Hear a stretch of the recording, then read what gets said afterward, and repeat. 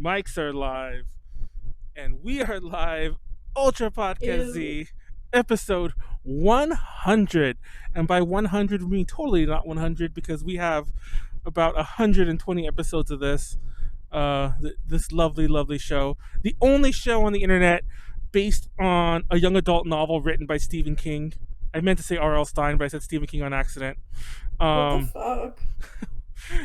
Please don't verify that statement. It may or may not be true. On that note, I'm Manuel, a character from an R.L. Stein book.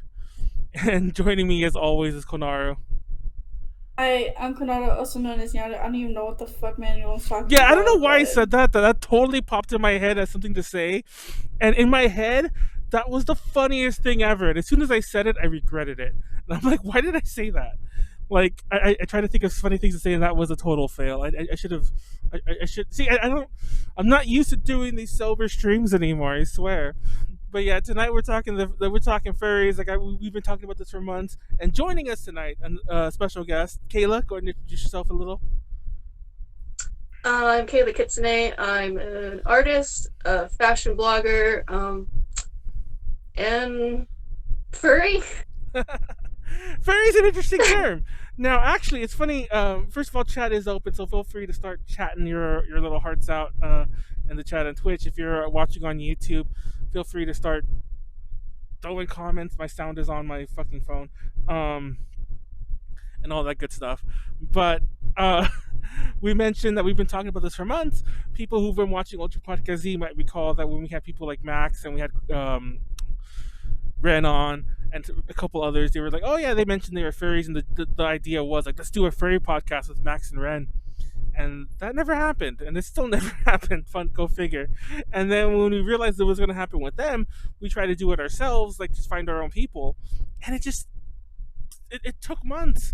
That's why we had stupid things like last episode, Konar, remember 99.75 because we didn't want to have the 100 episode yet, so we just started doing bullshit like that, and then we skipped weeks. Konar, are you alive? I'm alive. I'm listening. I'm just very sleepy. It's so funny because like every so often, Rachel, and some of you might remember Rachel from like our most recent drunk stream, and she was on our VK stream last year. Every so often, Rachel will like text me pictures. She's like, "Me too, Konaru, me too," and she'll post the pictures of when you actually like literally fall asleep during the podcast, which has happened more than once. So don't do this to me, Konaru. Not during the furry one. I'm sorry. I just came from working out. I forgot to mention that, so I'm like kind of dead inside. And I mean, we're all dead on the inside. I had a inside. protein shake, and I haven't showered, so. We're all dead on the inside. But yeah, as always, if you we always forget to mention the Patreon at the top. If you want to support any of our content, go to patreon.com/DJConnections and support us there. And if you can't do any of that, just like, comment, subscribe if you're on YouTube, like and subscribe if you're on Twitch, or just watch our stuff if you're anywhere, and that's it, and share our stuff. But on that note, so today I already said we're talking about furries. We have a few topics here. After we get all of our intro stuff out of the way, we're going to talk a bit about how this podcast came to be. We're going to talk a bit about Kayla. We're going to talk about our experiences with the furry fandom when we first got into it, discovered it, whatever have you. I want to talk a lot about Fursonas, something that actually I did a lot of research on like today and yesterday. So even though I knew what it was and I asked people about it, it took a lot of time. So we'll talk about that. Then I'll talk about a lot about furry art, which Kayla is also really, really big into, I believe. Speaking for her right there, but I did look up a lot of her art before we started. And then we'll talk about some fur cons, have some randomness, and then we'll wrap everything up later on. But for starters, as we get our little, let's get our minds working a bit before we jump into our big topics. We like to like have a chill ease in before we really talk. How's everyone's week been going? Or how was everyone's weekend? Sleepy. Slow. Slow. Recovering from my birthday. Oh, you had your birthday recently. Yeah. Oh, when was it? I'm old. I mean, we're all. I went to Little Tokyo.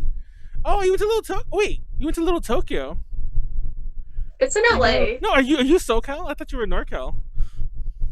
I am, but I was visiting there. Oh, okay. Yeah, I'm from. Well, I don't live that close to Little Tokyo, but I am SoCal, so yeah. That's cool. That's cool. Was there anything going on? Because I know that a lot of it's Close the still door. closed. Or No, I mean, a lot of the stores were open, but there's still some around there that weren't. rip. But I know, like, Anime Jungle was open, and, like, Fickle Wish, and then a lot of the little shops in there were open. Okay.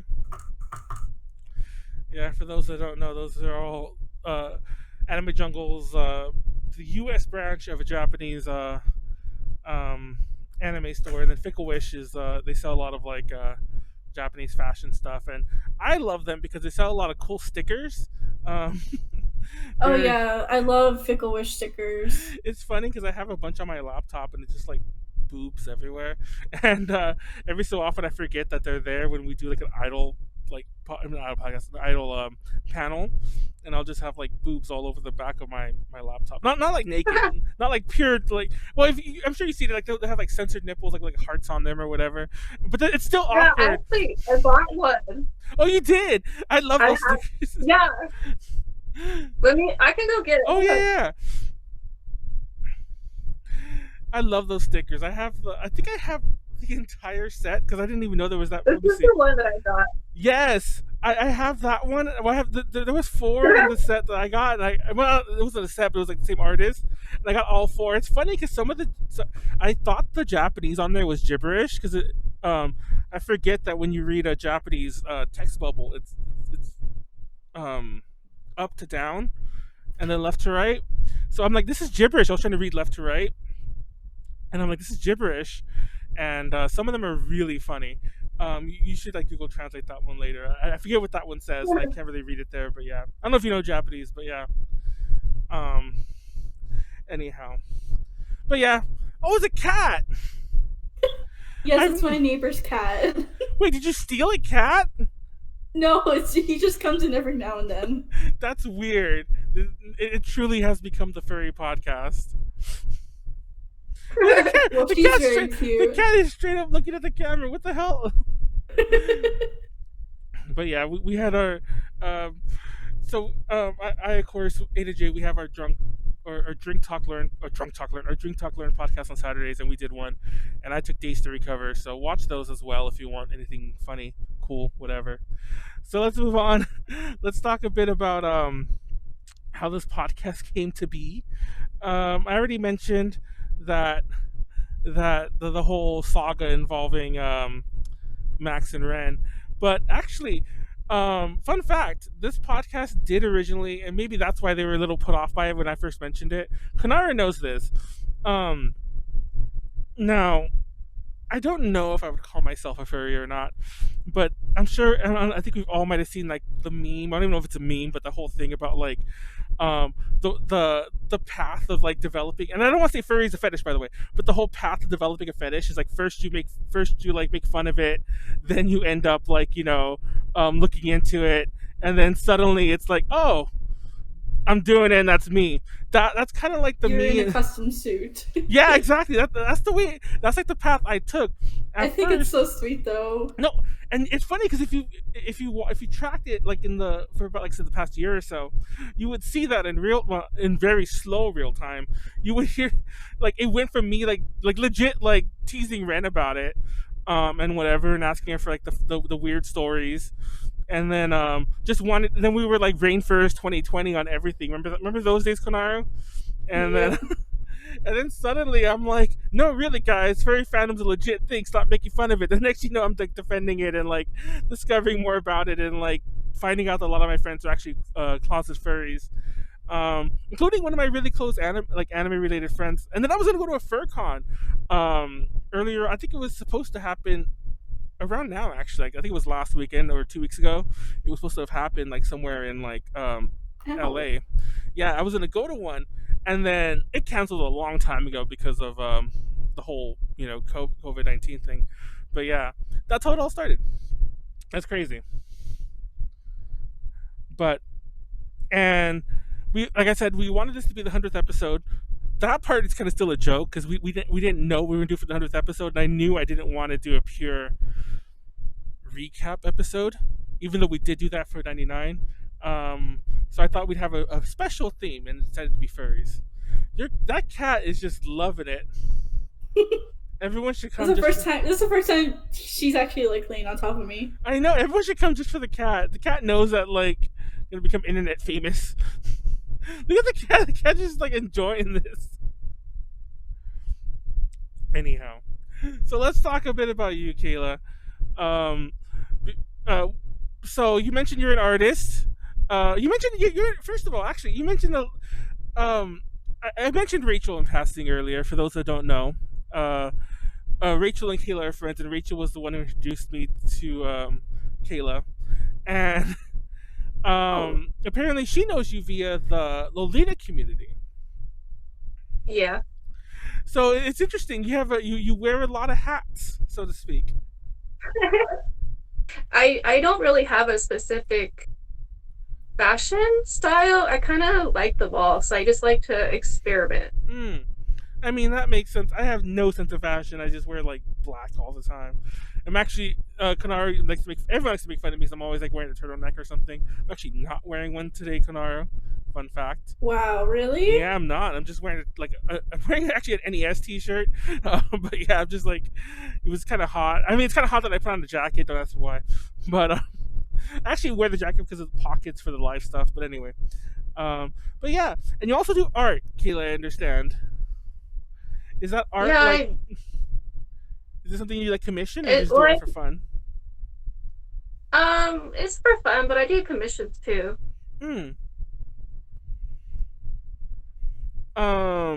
So we'll start with you because we're talking a bit about like how like actually before we even talk about like getting into the furry fandom, what's your experience with the furry fandom? How like into it are you, or like? I'm not as active as I was when I was younger. I guess it more started as just an art form, and from DeviantArt. I don't know if anyone remembers. Oh, DeviantArt.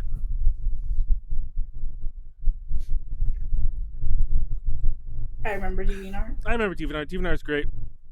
Does it still exist? Sorry. Every so often I think about it. It's like it's not Photo Bucket levels, but I didn't remember Photo Bucket. That's the more interesting one.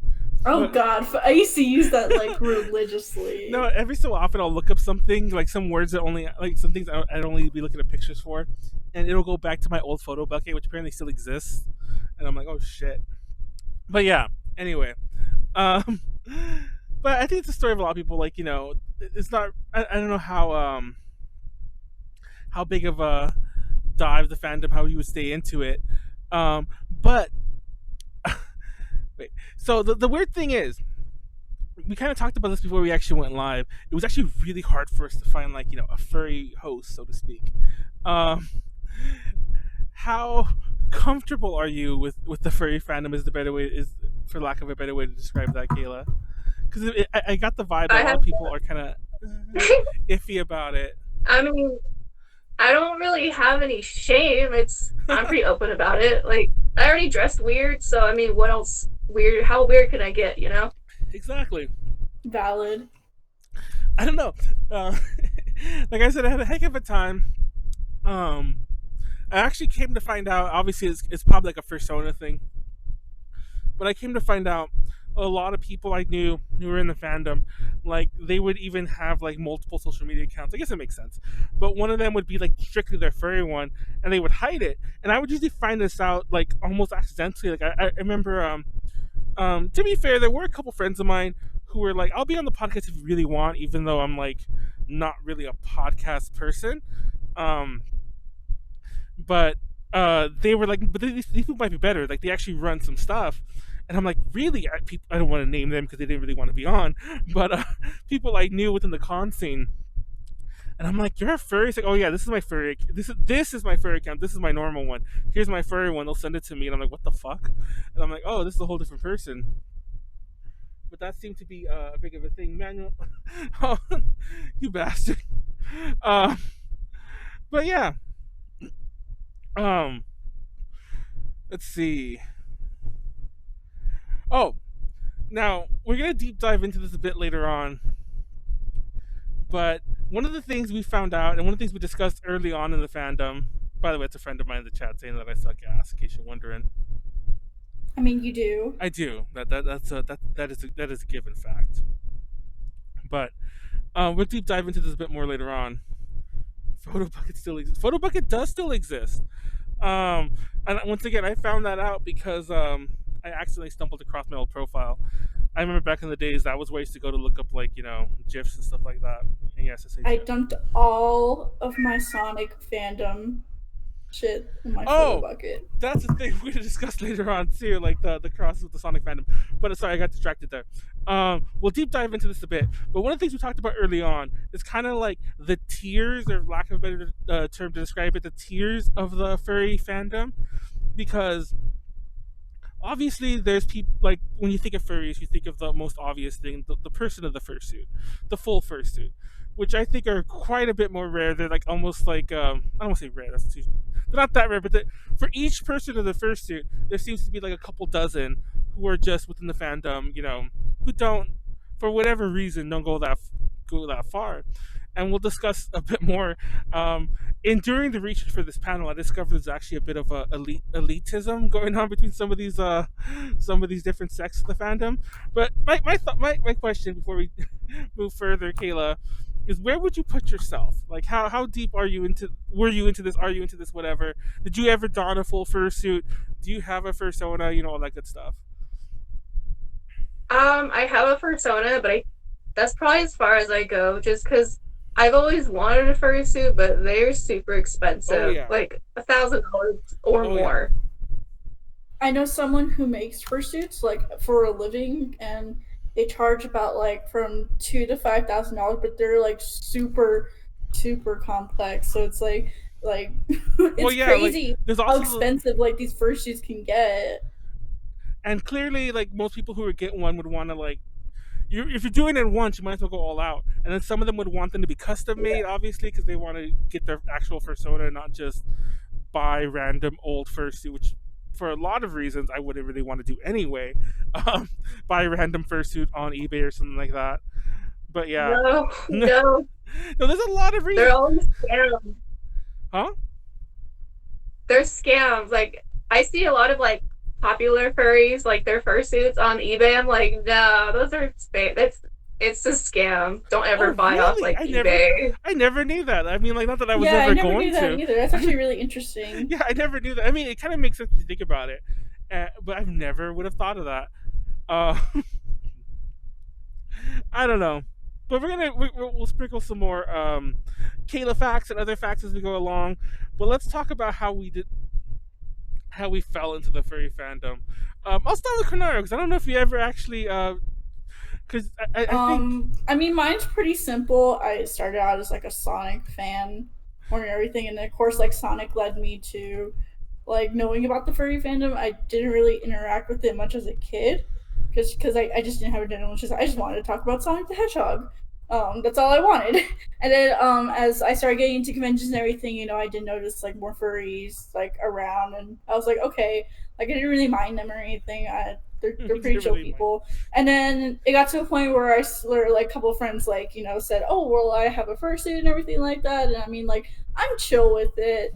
I'm down. Like, I don't really participate in it. The closest thing I ever participated in it was like the Sonic fandom. But even in the Sonic fan, I never really did like a cosplay or wanted like a kind of Sonic suit or whatever the heck. Yeah, I just have friends like in the furry fandom, and they talk about it. And I mean, it's chill. But I do have fascination in like internet lore and stuff like that, like just in general. And then of course, like I found out about like Rainfurrest and like some really like disturbing, obscure, well, not like obscure, but like really like kind of like disturbing people like within the fandom that's done like kind of sketchy things. But of course, like they don't represent everyone in the fandom. I do validate that. But one thing that kind of just like grabbed my interest recently was like just basic internet lore and stuff like that. Stuff like Rainfurrest. And stuff like that. The crazy thing about some of the questionable people within the furry fandom is I came to find out that I guess the fandom isn't all that big, especially within certain circles. Yeah. Like, obviously you have conventions that have like a few hundred people as opposed to like tens of thousands. And In Texas, there is I think there's two furry cons, but one that's held in San Antonio. I think it's in San Antonio at least. Called Texas Fur Fest. I think that's what it's called. I have a lot of friends that go to that one, and they dress up in their suits. And so yeah, it's one of the small cons that's here, and I haven't been to it though. because I'll get to my story in a second, but like it actually is not that related. But fun fact, I actually kind of have some friends like in the Florida like furry fandom, and I guess like the whole like sect of fans, like furry fans, I guess I don't know what to call them. It's so small they kind of all know each other, so everyone knows the bad people to avoid. It's like by name. It's like it's so small, you know the bad people, you know the good people, but they all still go. I mean, you can't really bar someone for convention like for reasons. I mean, I guess you can, but it's always difficult if they just buy a badge like somehow online or whatever. But I don't know.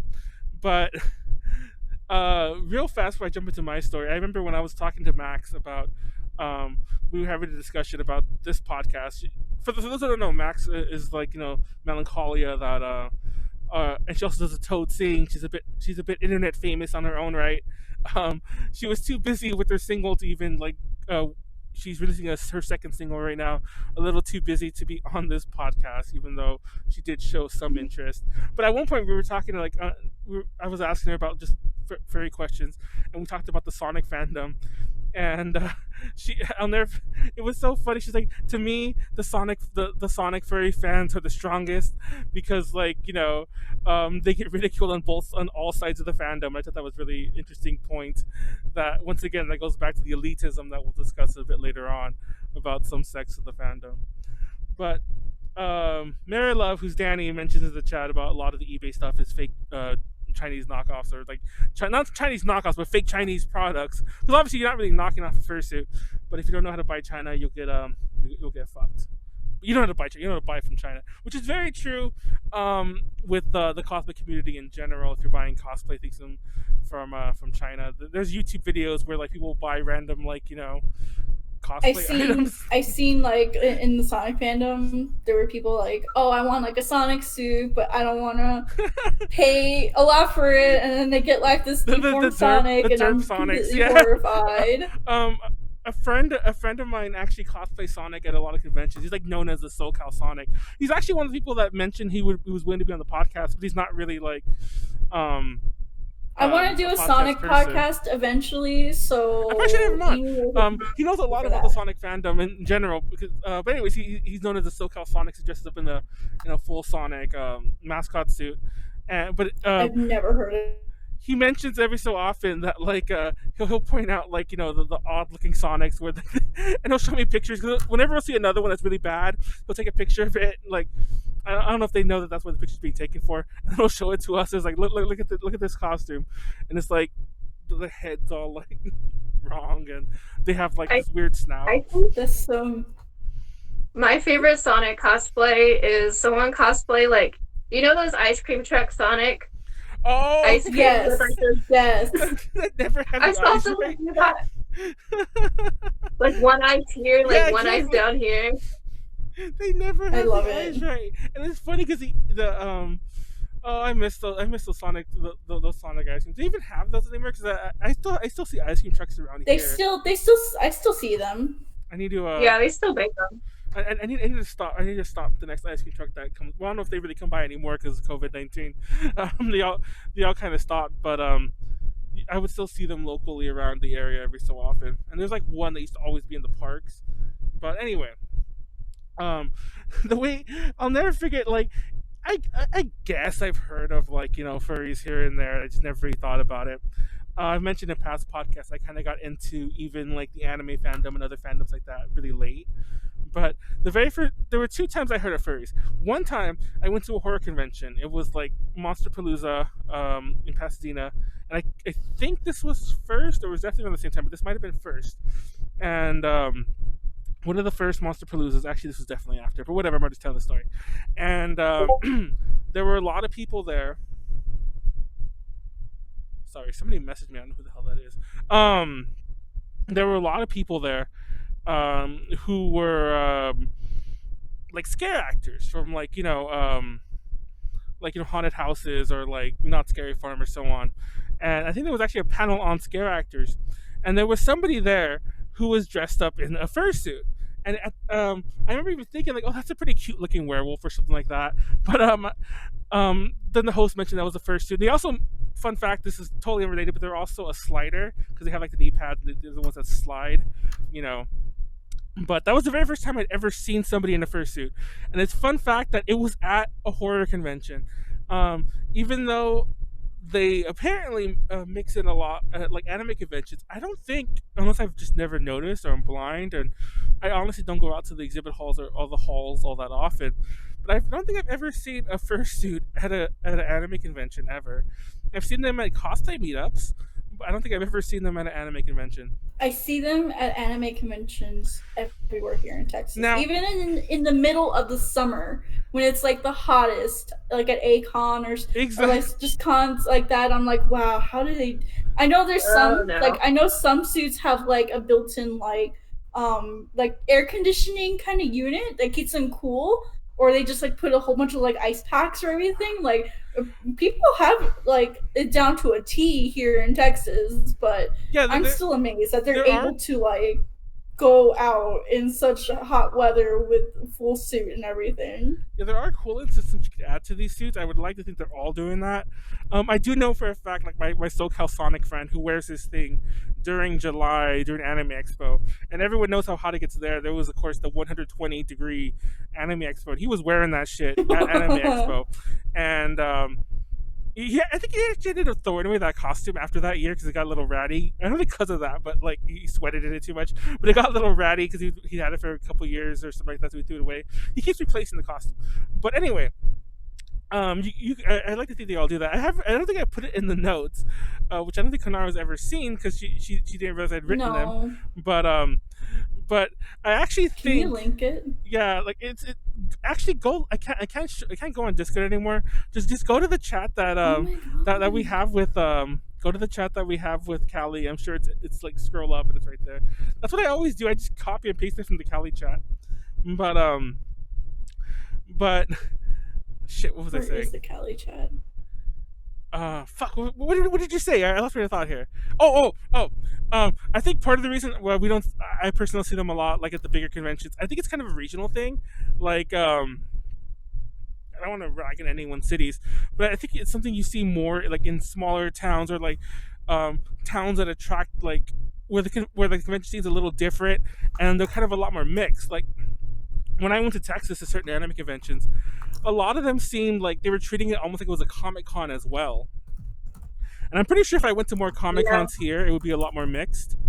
And you see that a lot. I've seen a few myself. I've seen a few. Like I've seen a few at like WizardCon. Yeah. And then LA-Con. I've never seen them at anime conventions though. Like without a doubt, it's always been. It's the opposite here in Texas. Like I don't see any at Comic Cons. Honestly, I see them all at like anime cons. I've only been to like 1 or 2 Comic Cons. Well, actually no, a couple more, but still lower numbers. Never seen a furry at a Comic Con. They're always at anime cons. So I'm like surprised that it's the complete opposite over there. I feel like it would be harder to wear a fursuit at bigger cons like Anime Expo. I don't know if you've ever been to like a large con, but like there is no space to move. So I can only imagine like as a furry. We have a couple of large cons here that do get super crowded, and it's like the same thing too. Like I'm surprised like people are still willing to wear a suit when it's super crowded here. I think it's just like different culture down over here. And Anime Expo also has a really horrible convention center at points. Like walking from one hall to the next hall is like this really narrow choke point. And you don't really want to go outside because you have to like leave and enter security again. So you kind of want to walk through that, but it's such a mess and it becomes like a total sea of people. But real fast, my other connection. Oh, the chat's going kind of crazy with a lot of stories. We'll get back to that in a second. But my other big time I had ever really heard the term furry was I had an ex-girlfriend who was also from Florida. Fun fact, which is why I said a lot of my stories from the furry fandom come from Florida. I swear none of them are related. That just happens to be the case. She she was from Florida. She moved here to California, and I remember she was very concerned because her recently divorced mom, by the way, her recently divorced mom from her dad, was dating a new guy, and I'll never forget this. The way she described him, and like she's like, I think he's a furry, and I'm like, what? And I'm like, what is that? And she's like, it's a furry. It's like, and this is the way she described it. And I won't name. Hopefully she's not watching this. We actually kind of are somewhat friends still. Hopefully she's not watching this. But she was like, it's somebody who has like uh, um, like crazy sex in like fursuits, and like he's probably like getting my mom into this too. She described it as if it was, and she went on. But I don't remember the full details, but I do remember that part. But she described it as if it was like this sex cult almost, and and I'll be honest. For a while I thought that was kind of the way it was, so I really knew more. Now that I got my timeline right in my head, this was actually before I saw that fursuit guy at the horror convention. And obviously I've long since realized that's not the case, but you still hear that kind of a lot, from the normies, so to speak. So, but yeah. Just, I feel like the media has definitely had a play on oh that yeah. whole. And mind you, at the time, Uh, like this ex girlfriend of mine, well, my then girlfriend at the time, she had never. I don't think she'd ever been to a convention at all. Like she was sort of into the anime fandom, but like we ended up going. I brought her to Anime Expo like back when it was a lot smaller. That was her first convention, like in 2008 or something like that, and so she never really like knew any fandom, so to speak. I think so. A lot of this was like you said, probably just what she heard. Doing research, I didn't really realize this, how many like news exposés there have been on like the furry fandom, especially in the 90s and the early 2000s. How many there used to be, because I watch a lot of like clips on them, and it kind of feels like the satanic panic, like the Dungeons and Dragons thing in the 80s. It feels like that, but obviously it's not as big, so it's a much smaller scale in the 90s and 2000s, where they're just like, oh, the furries, are your kids becoming furries, kind of thing. Um, but yeah, just a couple things in the chat right there. First of all, um, Fun Gummy mentions he saw a Sonic cosplayer, the Sonic Popsicle cosplayer at Comic-Palooza. Danny mentions he's seen several furries at Fanime, and I'm just blind. But I guess I am blind. I've seen I've furries at never seen a Fanime. furry at Fanime, which honestly would support my point, because I just feel like you wouldn't see them like kind of like Kayla said. You probably just wouldn't see them at Anime Expo because it's not really ideal. But you would almost feel like you would, because Anime Expo is so big. Um, but yeah. I was in a 120 at Anime Expo. Yeah, I was in a very skimpy swimsuit at 128 degrees. That sounds insane. But yeah. Oh, yeah. Apparently, Yuji says in Anime Expo there are furries, but they usually don't move around too much, and that would actually make a lot of sense. Even yeah, because even when you go to like Anime Expo, it's like that big entrance area. You see like a bunch of like the pit. big, Yeah. like elegant cosplayers are just like sitting there in one spot. Like They're probably just doing the same thing. Even my Sonic cosplayer friend, like I think he changes before he actually leaves. Like it makes sense because you probably don't want to and he wears clothes under that, so like he doesn't change, but he just goes to the bathroom and jumps out of it, and just like puts it in a suitcase and like wheels it back to his hotel or whatever. But yeah, I guess that does make sense. You probably wouldn't want to walk around in that, and depending on the quality of your suit, you probably can't see very well. So. Mm-hmm. Anyway, this whole long-winded discussion. How did you get into the furry fandom, Kayla? Or when did you first hear about it, so to speak? That's more what I meant to say. What were your first exposures to it? Like I've been drawing like anthropomorphic animals for like the longest time, and I think my first experience was at a book fair, and they had this How to Draw Furries book. Oh my god. It's funny. And then I just kind of went to DeviantArt. It's funny you mentioned that because I think it comes later on, but we're talking about like a lot of I didn't realize what like some of these classic cartoon characters are like. Fun fact, watching like the Down the Rabbit Hole videos and a few other videos, apparently it was like the funny animal fandom before it was like called the furry fandom. So a lot of it was just like, oh, look at these cute animals just being occasionally like they're not wearing any clothes, so let's maybe make them a little sexy here and there.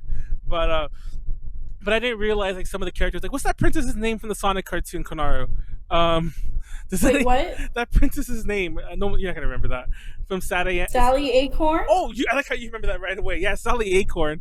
Like how she was I'm like. so sad that I remembered that. You remembered her full name too, but yeah, I would have never remembered the Acorn part. I probably would have remembered Sally if I kept thinking about it. But yeah, I didn't realize how some of these people like. But my point to bringing this up in relation to what Kayla said, is I remember seeing gosh, I remember like it might have been the same book, but I also like when I was younger, and I've mentioned this in past podcasts, like as a joke, that like when you get those art books, how to draw whatever, and it's like draw 4 circles, draw 3 circles, and then like go to art school and draw the rest. I used to love those books, even though I could not learn how to draw from them. And I remember I used to have one for superheroes, I had one for supervillains, I had one for I don't remember. I think it was a fantasy one, what it was called. But I definitely also had one that was for like animals, but like it was like anthropomorphic animals. I forgot. It might have been called Furries. I don't remember what they called it. I'm sure I still have that book actually in storage somewhere. But yeah, and I remember like it had like obviously it was very inspired by Sonic and things like that. Because it's like we're talking about a book in the late '90s or mid '90s actually at this point. And yeah, I remember seeing. Also like trying to draw animals through that. Sally Acorn, I would never remembered her name. But yeah. I know a lot of Sonic names. It's pretty cringy. Oh man. Anyhow. But speaking about any other things about how you first discovered or got into it, Kayla? I feel like it was like the first furry artist I ever known was Fuki or Fukari from DeviantArt. She's really popular now, but she used to draw a lot of furries, and I think she's probably the first artist that like really got me into it. And then like, you know, like cat girls from anime. Oh yeah. It just kind of went from there. I didn't even think about that. I didn't even think about that at all, like the cat girl thing. Once again, I not to keep. I'll have a link to it if you're watching on YouTube if you've never seen it before, the Down the Rabbit Hole video.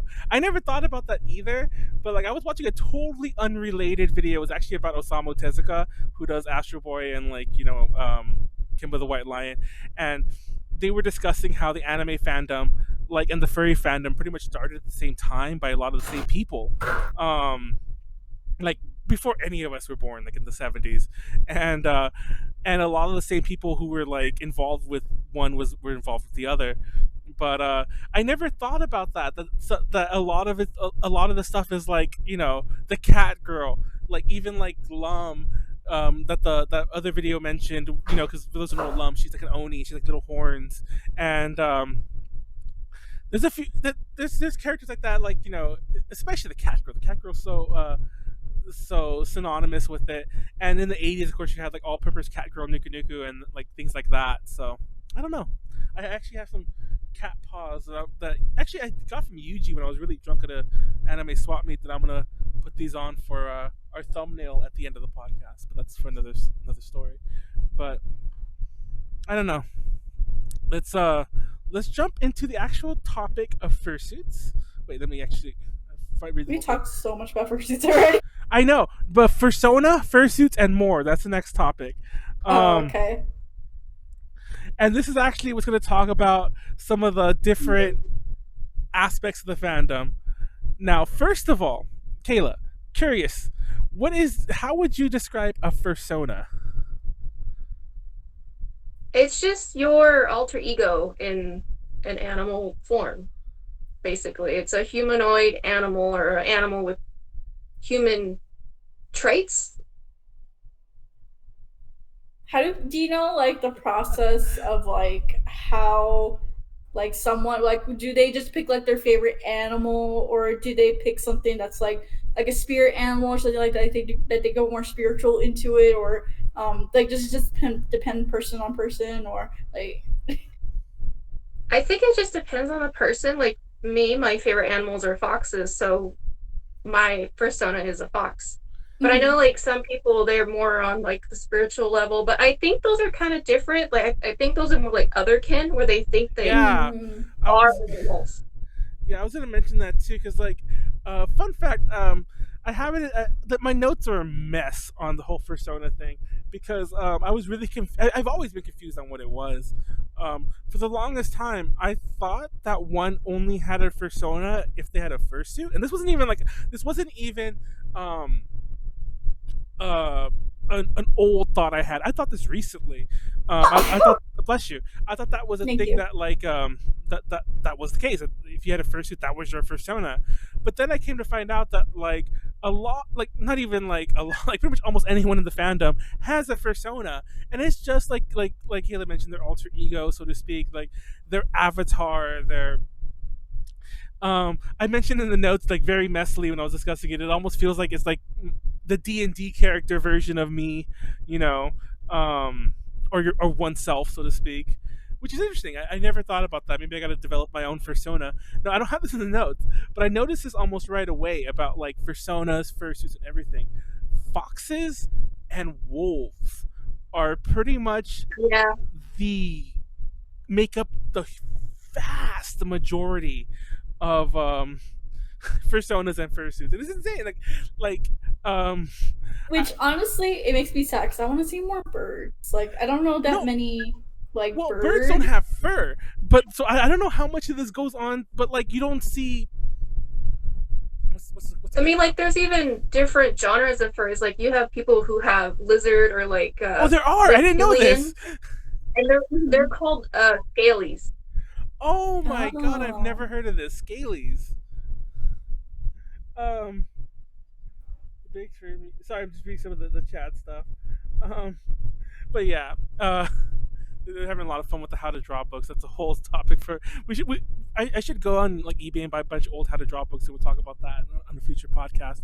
But no, I have a Scalies. pretty big collection myself. Do you really? No, like I said, Yeah. I'm positive I still have mine, and I probably still have that furry one too, because I was cleaning out my storage like about 2 years ago now, but I was cleaning it out, moving it to a smaller storage, and I threw away a ton of things. But I kept those books because they seem so like kitschy and like 90s. I'm like, these will be fun one day. I'll get them out later, and then they just moved to the storage. I never touched them again. But they should still be there, is what I'm getting at. As long as they didn't get like somehow damaged in there. But I think that furry book that I have, I saw it at Michael's, so it's still around. what? Now I gotta look this up. But I'll look it up in a second. I didn't realize I still have all my browser windows open, so I'll just look it up right now. But yeah, I'm still shocked by the whole prevalence of the fox and the wolf, or wolves and foxes, because there's obviously different breeds therein. But I don't know. I was expecting, like, especially when I was deep diving more into it, I was expecting like more bunnies, more I don't want to get too like Zootopia or Beastarsy here, but I was expecting like more. I'm trying to think of animals that I was thinking of. Honestly, I was thinking the whole like Sonic spectrum, like like all the other animals you would see like in the ridiculous, like maybe not a hedgehog, but like other animals like a rat. Or mouse. Mouse is probably a better way to put that. Maybe not a rat, but like a mouse, things like that. I don't know. And even like looking for them specific, you could find them, but looking for them specifically is pretty much the only way you'd find them, because you don't really see them in the fandom. I just thought that was interesting. Do you have any insights on that, or is that just something you notice as well, but nobody really knows? Yeah.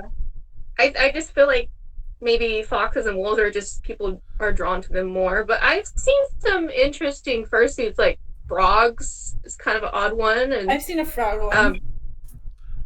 There's like hybrids too. Like they'll like take their favorite animals and combine it into one. I mean, I kind of did that myself. Like fox, owl, and cat. I've drawn my fursona like that before. Fox, owl, and a cat. That's an interesting one. Oh, cat. That was the one. That's actually the one I was. I don't have this in my notes. That was the one I was thinking about the most. I thought I would see more bunnies and cats, especially like on the female side of things. But like I didn't really like. I it was hard for me to find anything that wasn't a fox. Actually, you would see like foxes even more predominantly than wolves, I think. Maybe that was just my searching, but yeah. Also, I mentioned this like 4 times already, but have you ever experienced or seen the elitism? The I guess that's the best way to put it. the classism almost in some of the furry fandom. And it's funny because it's just, like I already mentioned, it's just small fandom in the grand scheme of things. But even in my research, when I was trying to find a host, I was talking to some friends. They were telling me it, like, oh, don't, like, I so and so is a furry, but you might not want them on because they're very, like, um, they're very anti people who A don't lot have of them are suits. toxic, yeah. A lot of them are pretty toxic. Like the furry fandom, it can be very toxic. And I know a lot of people have left it just because of how toxic it is. And elitism, I think when it comes to like poppy furs or like popular furries, it's all based on like who makes your fursuit and like the quality. Ooh, my water fell. I never even thought about that. The quality of the fursuit. Now, we mentioned this in the past podcast because I actually was watching a video. Stumbled across it totally randomly, but how to like clean your fursuit. And no, it wasn't even that. How to clean your wig, and I never knew that wigs got disgusting.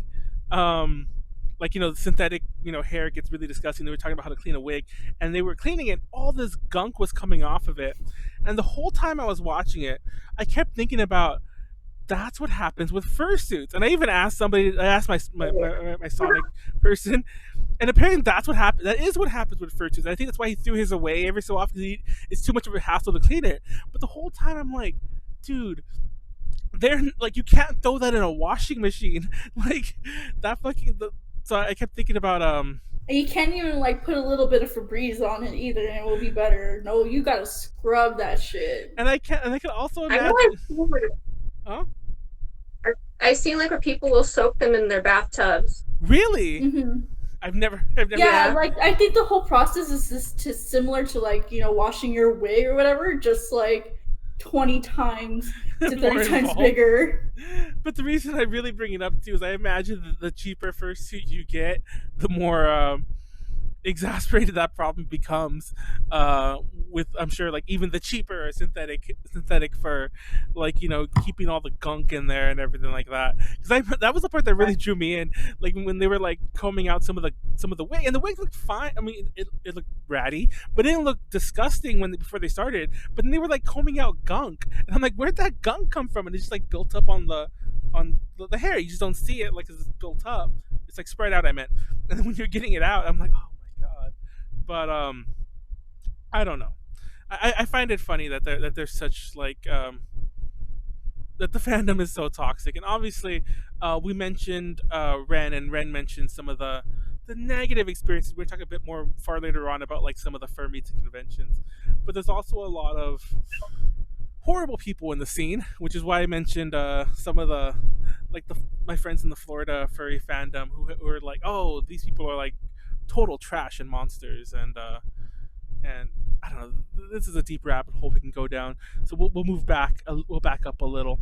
But have you ever like wanted a fursuit, or did you just kind of stop? Like, no, that's not really for me. I still want one. To be honest, you still want one, but I just don't have the money. I just don't have the money. Oh my god! I want like there's a style of fursuit. It's kind of like really cutesy, like anime style. I think it's called kimono. Oh, I never heard of that. Yeah, it's like super big. It's more anime related, but I've always wanted one of those. But they're over $2,000, and I'm like, I don't know if I could commit to $2,000. Yeah, I mean that's a huge investment, and obviously there's the upkeep. And I know we just mentioned about cleaning them, but like I would not want to put something I spent thousands of dollars to just leave it soaking in a bathtub. I would imagine there's a much more. I guess that would probably be the only way you could do it, but I'd imagine there'd be a much more. Can you take it to the cleaners? I don't know. I would just want to get that professionally cleaned somehow. Also, Yuji mentioned in the chat that she totally throws her wigs in the washing machine. Stop that. That can't be good for the wigs. I don't know. Maybe it is. I don't know what I'm talking about. Part of me wants. I don't think I would want a fursuit, mainly because I it's not that I don't like. This is so ironic. I actually pulled my face down because it's really hot and I keep wanting to drink water. But I actually don't like having my face covered. The irony of ironies, right? Konaru like been wearing that mask like almost like all these podcast episodes, or a variation of a mask, and I'm like, I don't like my face covered. Mm-hmm. But yeah, I don't like my whole face covered. but I feel like I should have a Fursona, and just for fun's sake, it's definitely whatever I decide. I'll think about it, but it probably won't be a. It'll probably be a horse. I think I'd be a horse because I never see a horse. Are there horse Fursonas? Have you ever seen a horse, Kayla? Yeah. Oh, really? I've I've never seen a horse. I've never seen one in person, but I've seen them online. I've also seen where they also add like a back end with wheels, so they could look like a legit horse, and they just kind of Oh my god, roll around. that's interesting. I would never thought about that, but yeah, you're hearing here first, folks. I'm gonna think of a horse and like I'll work on that. I'll get it commissioned. We don't have Kayla commission. I'll commission Kayla. We'll see. Konaru, are you gonna be what's your Sonic OC's name? Something the rabbit. It's a rabbit. It's just if I were cream. to do any fursuit, I would do a rabbit. But that I don't know. I don't think I could go through the money and then the trouble of like maintaining it and everything. So I think I would just stick with like ears, like you have on right now. So I just love. I love animal ears in general. I'd wear that shit every day if I could. I actually want some furry Yeah, I think. ears. Go ahead. Sorry, I didn't mean to interrupt you. Oh, you're good. No, I was saying like I think this is probably extreme as I get is like ears and tail. Like as much as I want a fursuit, but I also think it is a lot of work, like you're saying, the upkeep and then the money. But yeah, I think ears are fine. Like as a furry, like when I've seen furries online, some of them just wear ears because they don't feel comfortable wearing a full fursuit. Yeah. Sorry, I'm just reading more of the chat. Now, now that I really stopped to think about it, I guess like I've seen a lot of people with ears and tails, and I think that's kind of like that's probably the extent of the furries I see at convention. That's very common.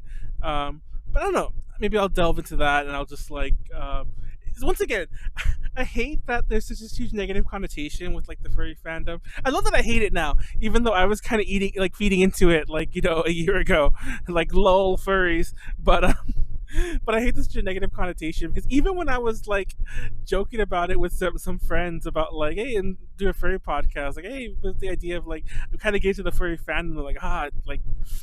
I mean, they're mostly joking, at least I think they are, but it was still kind of like, oh, you fucking furry, kind of thing. Like, with that kind of thing. Even Konaru said it. I'm calling you out, Konaru. You're a toxic person. Wait, what? I'm just kidding. You did say it jokingly about like you were like calling me furry in a derogatory way when I was talking about like getting into the fandom, even though you're a Sonic OC wannabe. Yeah, but I mean, but yeah. Anyway, I think like that hate towards furries probably came from 4chan. Well, yeah, I agree. The hate seems to come all around. Like once again, like I want to kind of keep it separate a little because I do plan to like maybe edit down some of these segments and post them separately just for like their own video versions. But the convention scene didn't really help, and I'll be honest. And I'll be straight up directly honest right now when we get there. And if anyone knows Manuel, I kind of like even when I was gonna go to the one earlier this year, I definitely want to go to the party. But I also want to experience the fandom. But I think it's the partying that also kind of gives it the negative connotation. And have you ever been to a fur convention? I'm kind of jumping the gun here, but Kayla, have you ever been? No, I've only been to like the anime conventions. I've never been. I know we have like the Golden. Yeah. The Golden State Fur Con, and then we have, I think, Cali. I don't know if Cali Fur is still around. Yeah, I don't know if Cali Fur is still around. The Golden State Fur Con is the one that I specifically remember. I can't remember the name of the one I was going to go to in LA. It was actually at the LAX place where ALA used to be. Same hotel, like in the Marriott. But yeah, we'll get to that in a second, I guess. But first, we'll move along to furry art and media. Now, I'm gonna ask the lion in the room question. That was a weird way to phrase that. The elephant in the room question, Kayla. How explicit is your furry art? Well, let's just say it's not appropriate for Okay, I mean that's for fair. viewing. That's totally. We probably couldn't show it. We probably couldn't show it uncensored on the show, is what you're saying, which is fair. Yeah. Um. But those are usually like commissions. Like me, I don't personally draw that myself. But if people commission me, then I'll draw it because there's that saying: if it's got a collar, it'll get the dollar. Is it true that like people will pay any amount for like, you know, NSFW furry art? If they really like your art, then yes. It's funny. How much? What's the biggest commission amount? Because I heard a lot of people in like doing furry art, especially NSFW art, make mad bucks. I don't know how true that is. Like, and I just want to know like what is the biggest like commission amount you've ever gotten? The biggest commission, it was more like through like one person, but over time it was like $500. Oh wow. Dang. There's What was like the time frame for that? Like a couple of years, couple of months? I think it was all through like just 1 year. Oh wow. Dang. I. It's funny because like I used to not be big in actually not that I've been big in commissioning art. I just never really ever thought to commission art, and recently I've been like sort of getting into it like shit. How do I? I'm not gonna tell you what I commissioned, but but I did start commissioning some stuff like emojis for like our Twitch channel and whatever. Fun fact: I showed some previews during our drunk stream, but Illuminati Hot Chip and Weeb Lizard Person are on the way. Fun fact. So just getting I'm it gonna out. pee. I'll be right back. Oh, that's fine. But the one of the points I wanted to back up a little and discuss is like some of the media that's used that kind of like is the family friendly, so to speak, and it really isn't, but the family friendly, like how do I say this, the gateway, that's the way I'm looking for it, the gateway to the furry fandom. The have you seen Beastars, or have you read Beastars, seen Beastars, whatever it is, Kayla? I seen it, yeah. I like it a lot. Like it's interesting like how like normies are really getting into it too. Like it's so weird, like being hated on as a furry, but all of a sudden like now they're into it. It's so weird. No, it's actually crazy. Now, I mentioned it a long time ago in the past. I mean, I mentioned it actually kind of recently on the show, but I mean, a long time ago, about like 15 years ago, there was this novel which was turned into a movie, which was turned into in Japan, by the way, in Japanese, it's all Japanese. There was a novel, there was a movie, there was a TV show that was called Densha Otoko, which is Train Man, and that whole like series, it was also turned into like the novel was made into mangas, and then like I said, there was live action movie, there was a TV show, and that whole series of media really like destigmatized the idea of like the otaku. Which, fun fact, even though we say it all the time, like, you know, in the U.S. like it's nothing, it's still, even to this day, it still kind of is. But it was kind of more a derogatory term in Japan. You wouldn't really want to call yourself an otaku, especially in the early 2000s to the mid to late 2000s. But then that series kind of like destigmatized it. I almost feel like Beastars is kind of doing a similar thing to furries, which almost feels like we're right up there in like do this podcast at a good time, because like a lot of friends of mine are almost like, I think they're joking, but still, like, a lot of them are like, oh yeah, I'm a furry now because of Beastars or whatever, and I'm like, I don't know if you really are, but it's still kind of cool that like it's popularized it. And Beastars is pretty unapologetic in some of its how would I put it? Yeah. Yeah, you know what I mean? It doesn't really pull any punches. I was actually very surprised how direct a lot of it was. And for those who haven't seen Beastars, I don't want to spoil it, but there's a lot of sex, which is kind of the biggest thing that I really wanted to mention, because like it or not, that's been like in the furry fandom since it started. Like, in it, for the record, it also started as art, which is why I think this is the important topic. Like, the whole idea of a fursuit kind of came a little later, and Fursonas came a little later as well. But it started as art, and I just find it funny that like something, a new form of media, like, it's like, even though everyone likens it to Zootopia or whatever, I don't know if it's really Zootopia, Um, everyone's like, No, it's like Zootopia, but like with sex and violence. I think the difference between like Zootopia is that they're animals acting like people, whereas in Beastars they are people. Yeah.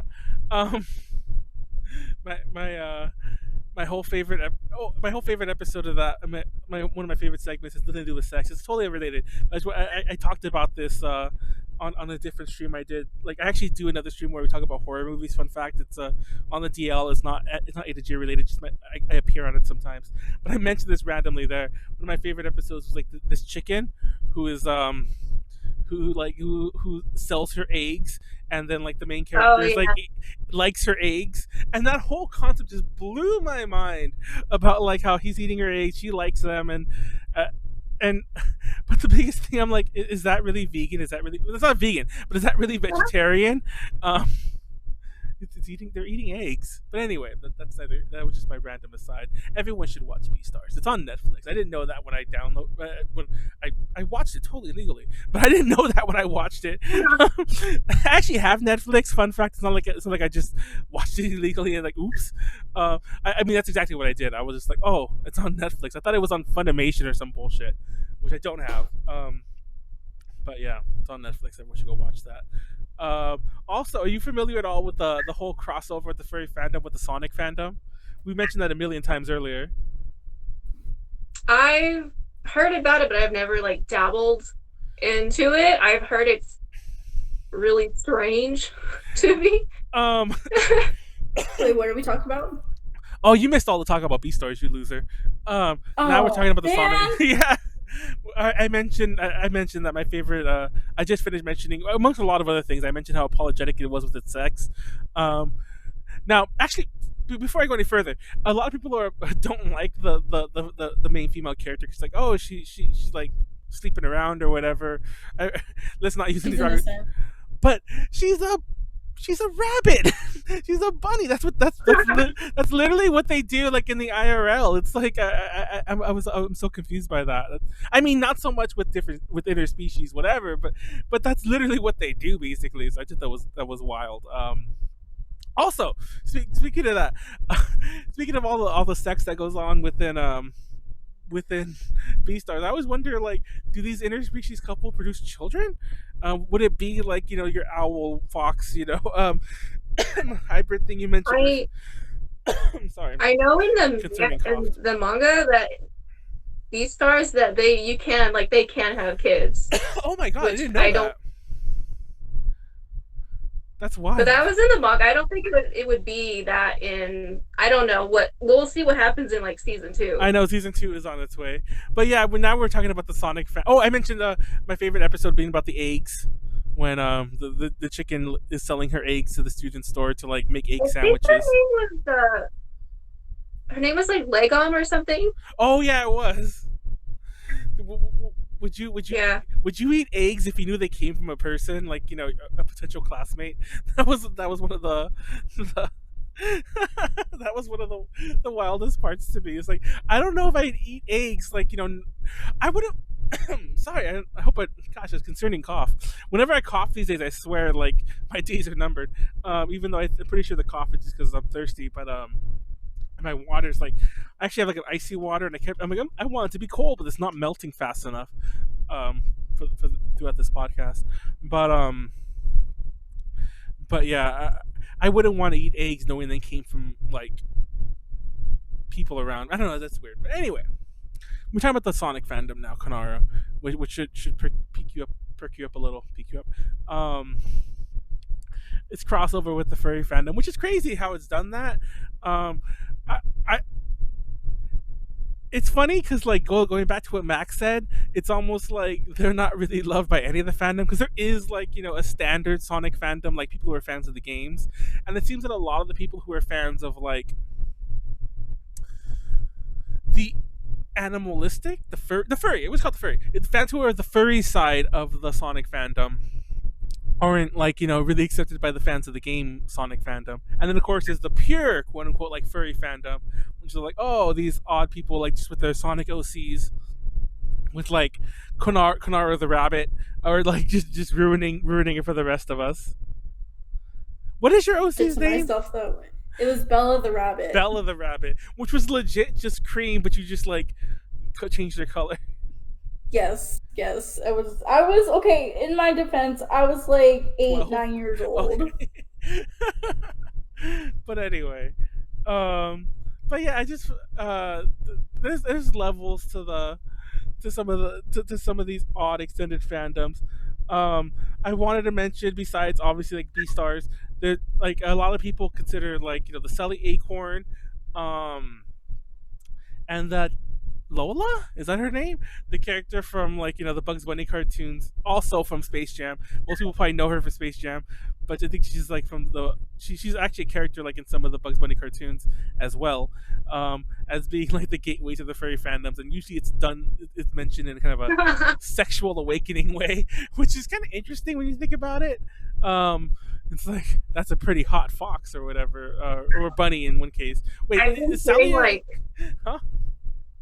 I've been hearing how people say that spirit, the horse, it was like a door, like opening for them. Really? What does that mean? I don't really want to know. Exactly.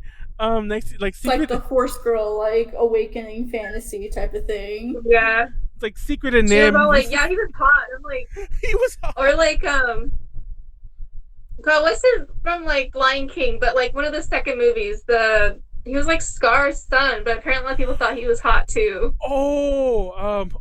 Speak.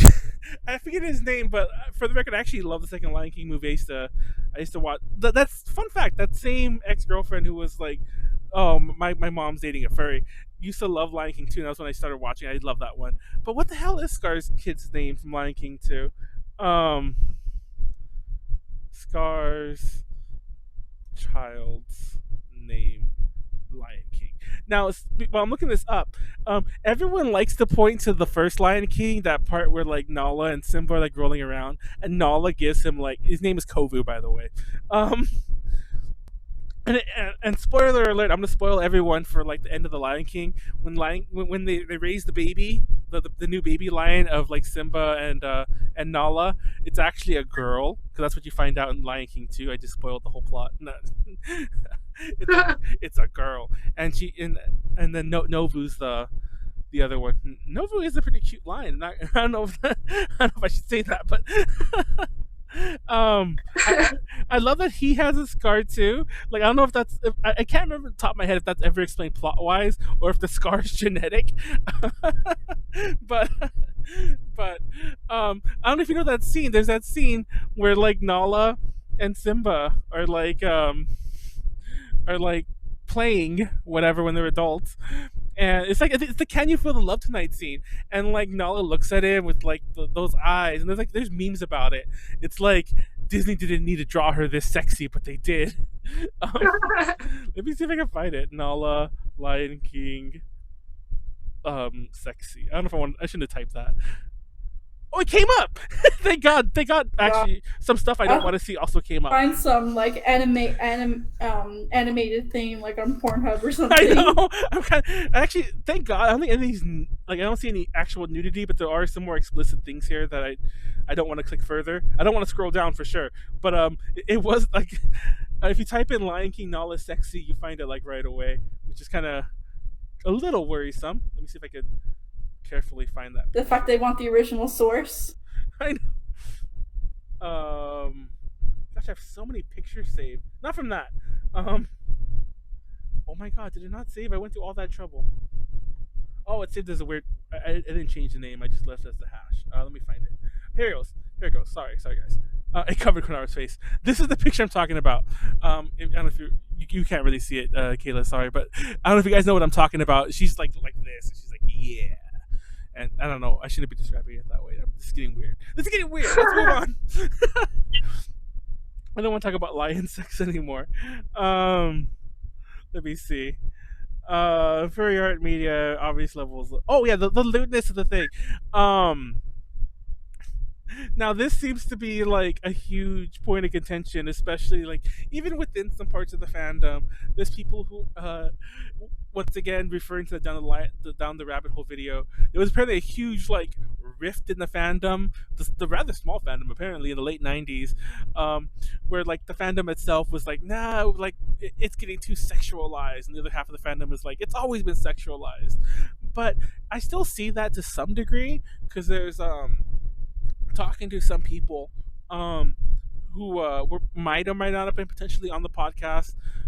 Some of them didn't seem too keen on talking about like the sexual side of things. Like obviously we're not gonna go like, like which animal do you think is sexier? But it's more like, some people just didn't want to talk about some of the not safe for work fan art, because, or I don't call it fan art, the not safe for work art, because they're not into it, which is fair, but it's also like it's such a huge thing. But it also, I will admit, it leads to some of the negative views of it. Everyone thinks of the furry fandom. You think of a guy in a fursuit, like maybe being like not the most hygienic. You think of naked animal art, like with like crazy sex. You think of yiffing, which is a term that is not in my notes at all, but that's a topic I don't even know if I want to get into. And you think, actually, I think Twitch bans you for that. Yeah, so I don't want to talk. I definitely don't want to include that like as a tag or anything like that. It's funny because one of the very first time we ever talked about furries on this podcast was we were doing. Fun fact: this was the topic. We were doing that weeb cringe special. Remember that, Konaru, with Bran? And she was talking about when she was like a 14-year-old furry that like some dude was like, "Hey, you want to go yiffing with me?" And she's like, "Yeah, sure," not knowing what it was. And then like her friends had to like grab her and like run with her basically. Jesus Christ. But yeah, and I'm like, oh my god. Manuel's FBI agent raising his eyebrows. I know exactly. I don't know if I should have repeated that story. When Ren tells it, it's different. When I'm telling it, it just sounds like I'm being a creep. But exactly, my FBI just like, what the fuck? Like seconds, like you've seen that meme where it's like all the FBI is just break down the doors and jump into the roof. That's what it'd be me in like 10 seconds. But yeah, I don't know. Do you think, Kayla, that like, the not safe for work art and all the other, maybe not the yiffing, we'll leave that aside, but the not safe, I gotta stop saying that word. Do you think the not safe for work art can definitely coexist with like a positive furry fandom? I think it can. I mean, to the furries, I think it can, but to normal people, probably not. I think that. Oh, go ahead. Because I feel like from an outside perspective, like if you don't understand like a fandom, you're just gonna instantly like judge it. I didn't realize that what Konaru said was from the chat. Manuel's FBI agent raising his eyebrows. Sorry. I actually watched the chat. Well, I've been trying to keep an eye on it, but like there was a point when it was getting a little too active for me. We need a moderator for this show in general. We should look into that in like the future episodes. But going back to that topic, fuck, I had a point. It's gone. Oh yeah. Now it's funny because like there seems to be a whole prudish side of the fan club, and I actually going back to the whole like debate in the like the late 90s or 2000s about like, oh, it should not be sexualized. There was actually a lot of like LGBT nonsense going on at the same time, which also, not to delve too far into this, there's actually a lot of like LGBTQ plus like, I don't know if reputation is the right word. There's a lot of LGBTQ fans within the furry fandom, yeah. And I think part of it's like, oh, it's a very all-inclusive thing. So I don't know. At one point, there was definitely a prudish faction trying to like keep it out. Now, I actually have my little like podium. I'm gonna put my podium out and stand in front of it and get my little theory here, which nobody really talked about. Is I think that the whole Nala, like Disney drawing them too sexy and whatever, all those kind of levels of the fandom. I think there's these people who want the Disney version of funny animals, anthropomorphic animals, who don't want like they come from that, not even that side of the fandom. They come from that side of like animal art, and they just want to have a fandom like that. Which I guess if you want, create that yourself. Like just call it the Disney anthropomorphic animal fan. I don't know what you would call it. Disney anthropomorphic animal fandom. Call it daft. Call it daft because that's what you sound like.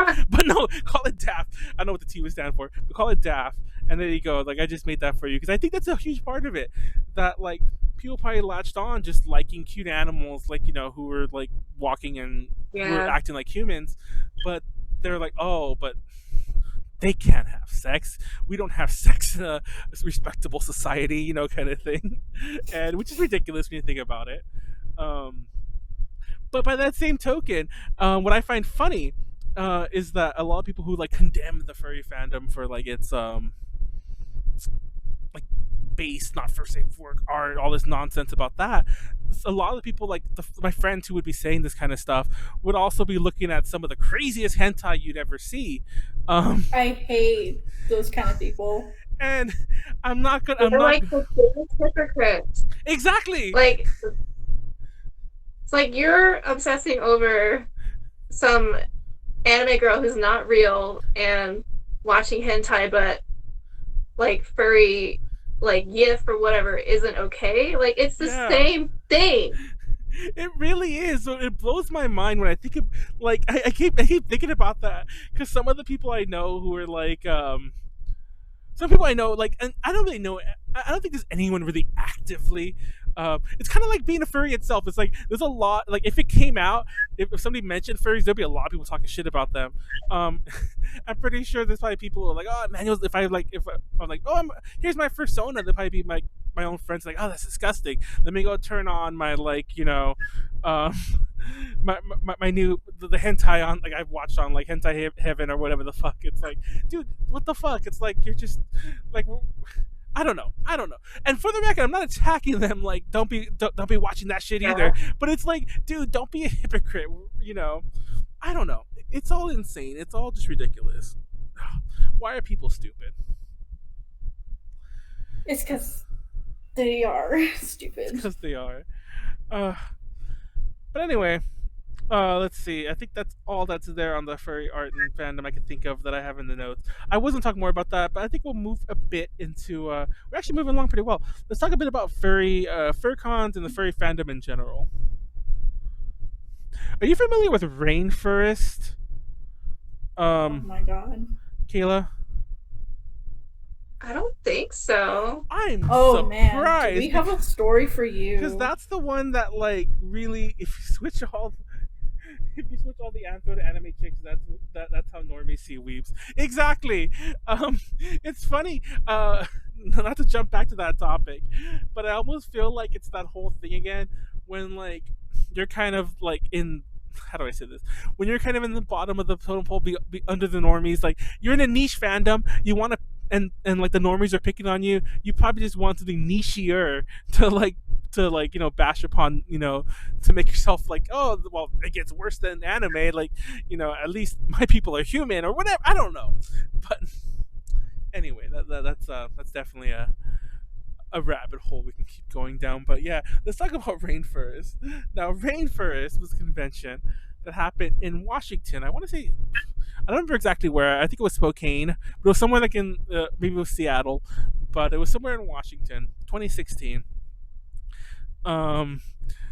It and TLDR, it was a total mess. It was normal. It was normal FurCon things to a degree, but then I learned a lot about the negative side of the fandom looking into Rainfurrest. Now, first of all, let's talk about the elephant in the room when it comes to the FurCons, the partying. Are you familiar with first of all, actually, how much of a partier are you, Kayla? I'm gonna assume just from how little I know of you, you don't party too much or too hard, right? I mean, you probably party, but not like hard. My extensive of party is a tea party. Oh, a tea party, pinky up, and with my little teacup. I mean, that's fair. That's fair. Konaru doesn't really like. She's the person who goes to like. Well, you've been to conventions. Um, have you ever been to a con party, like a hotel? Like you know the kind of party I'm talking about. We're in a Yeah. hotel room meant for four, and there's like 30 of us. Maybe not. I never put that many, but there's like a crazy amount of us in here drinking or whatever, and doing nothing too crazy. But you know what I'm talking about. You been to one? I'm too scared. That's fair. Konaru, Like, I don't know.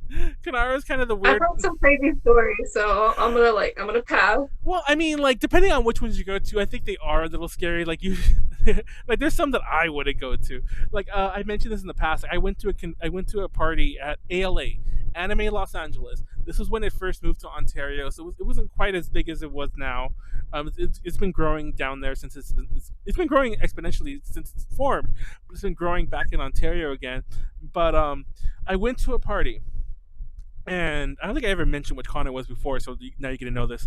But yeah, I went to a party at the con, and it was a friend of mine throwing it. It was kind of exclusive, but like I knew them, like no, you can come, and I just went there to get some alcohol, to be totally honest. So I go to the party, I go in there, and as soon as I walk in, I'm like, now. For the record, the reason I know the smell is it's a very distinct smell, and I grew up like in the ghetto. But I was like, is someone like smoking crack in here? And they're like, yeah, they're smoking it by the window. And I looked, sure enough, there's all these like weebs in the back smoking fucking crack at an anime convention. And I was like, and it was at that point I'm like, what is wrong with these? Like, I don't want to be actually okay. I'll be judgy there because, like, it's one thing if you're gonna party and drink. Honestly, it's one thing if you like smoke weed or just something like that or whatever. But smoking crack, it's like at an anime convention. It's like, what life choices led you down this path? But but apparently, the furry fandom, some of its parties are similar to the crack smoking party. For the record, I actually took some drinks and I bounced. I actually took a bottle. I think I straight up stole a bottle. I started pouring a bottle that I just like. I'm just gonna walk with this a bit. And I'm gonna like back out to the entrance and leave, go back to my room, which is pretty much what I did. And then I kind of just invited some friends up there, but but yeah, a lot of the fur cons are very fur con parties are very like drunken, drug filled messes. And I'm not gonna lie, with the exception of the druggy part of the reason I wanted to go to one was just for some of that partying. Like, I, I mentioned the full disclosure part earlier. I'm a pretty big partier, which is how I mean, we do the drunk streams on Saturday, where we pretty much just drink like for hours, and we do presentations, so there's a point to it. We don't just drink on stream like and just get progressively more drunk. But yeah. But apparently Rainfurrest had a lot more drugs, a lot more sex, a lot more. Are you familiar with the?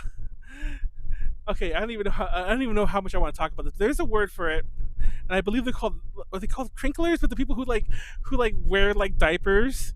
I like how Konaru knew exactly what I was talking about, but like it's actually funny because they mentioned this in several of the Rainfurrest videos, but I actually knew that term before. And don't ask why I did, but they call them crinklers because like the sound that diapers make when you're wearing them, and apparently there was a lot of people putting used diapers on cars and stuff like that, and people like were flooding all the bathrooms and flooding all the like the pool, like not the pool but like the hot tub. And when they flooded one of the bathrooms, apparently they also like flooded the basement, like because like the water went down a floor, and then like it destroyed a bunch of servers, like like the actual like hotel, like their internet servers or whatever. So they had to like get a lot of that shit. They also destroyed a couple of rooms with like the water damage too. And there was all this nonsense with the con, and there was all the normal BS, and apparently there was like just drugs everywhere. When I mean drugs everywhere, I don't mean people using them. Apparently, like people had just like abandoned drugs like around like the hallways. And then of course there was your typical furry con stuff, like the auctions, the pet auctions, which is a topic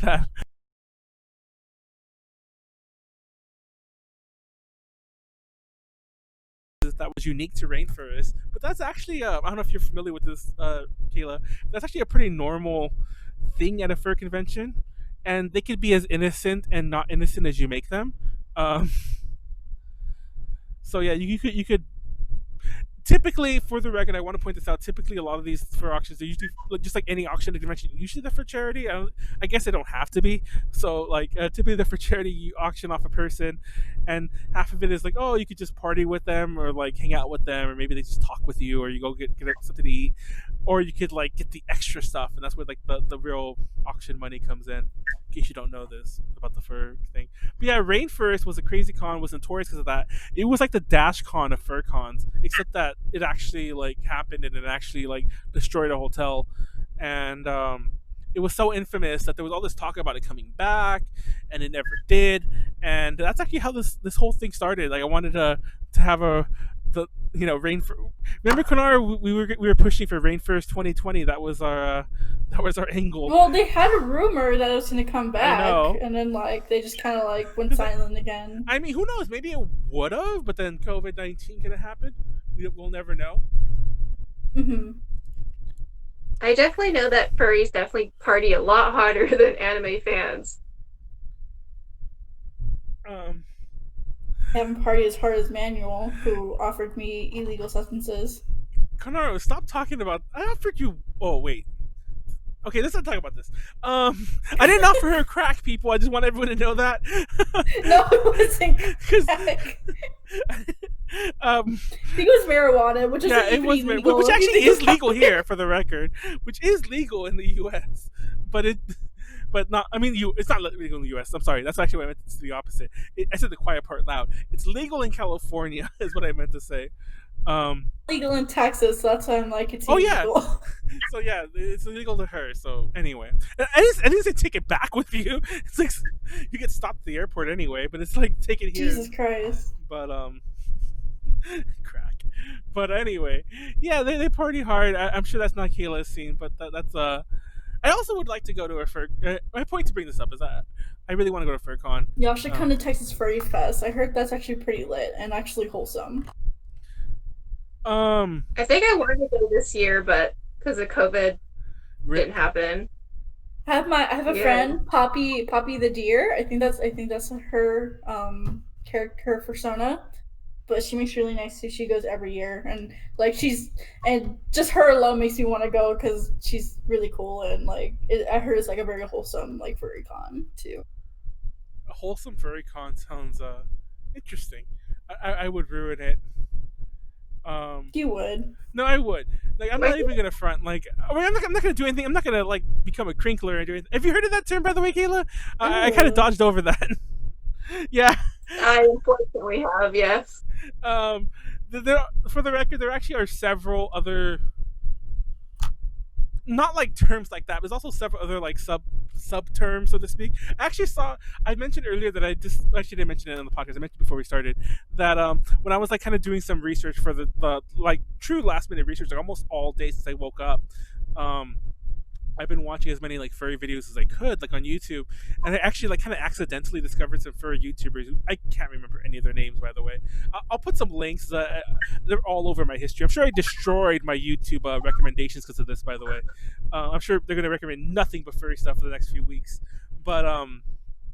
But in there, one of the videos, and I'll link to it if I could, when I find it, I'll link to it, which were specific furry terms. And they did mention crinklers, whatever. But there's several others in there. And also, for those that don't know what yiffing was, it's basically like, for lack of going too crazy, it's basically like sexy stuff, sexy time stuff. But yeah, because we said that term like a million times, and like, if that was gonna get us flagged, it already did. And I'm not gonna go over this podcast to put some peeps in there. I'm not about that life. I got too many other things to do than to find that word. And I said it too spread out anyway for me to find it easily. It's funny because I don't have that many notes on the furry fandom, fur cons.